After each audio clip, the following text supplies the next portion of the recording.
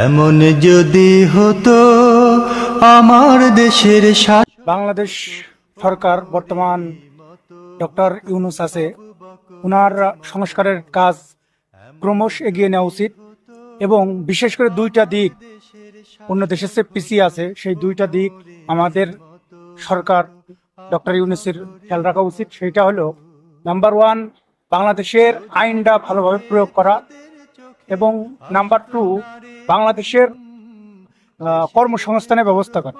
কারণ বাংলাদেশ একমাত্র অস্থিতিশীল হওয়ার কারণটা হলো আপনার কর্মসংস্থানের অভাব, এবং কর্মসংস্থানের অভাবে বাংলাদেশ আজ ক্রমশ নিম্ন স্থানে পৌঁছে যাচ্ছে। সুতরাং এই কর্মসংস্থানের ব্যবস্থা করা এবং দুর্নীতি মুক্ত করে আইন প্রয়োগ করা।